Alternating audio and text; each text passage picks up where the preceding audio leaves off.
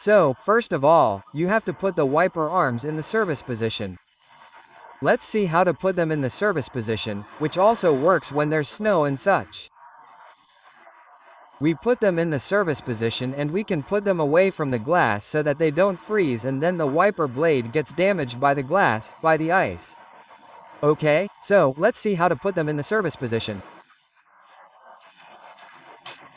To put them in the service position, it's as simple as getting in the car, turning on the ignition, but without starting it. Okay? Then we go here to the car's computer and press car. Okay, inside car we have options here, central locking. We can operate all this with the, I'm saying this for those of you who haven't done it before, okay, I mean, if you've just bought the car and don't know how it works, well, it's very simple. So, with this little wheel here, we scroll down through all the options that the car option shows us, and there's one that says windshield wipers. I don't know if you can see it or not, there are windshield wipers. We press enter to press enter. We also press enter with this little wheel.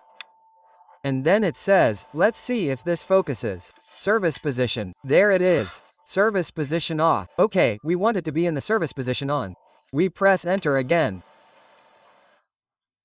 And now we turn here with the little wheel so that it goes from off to on and we press enter again.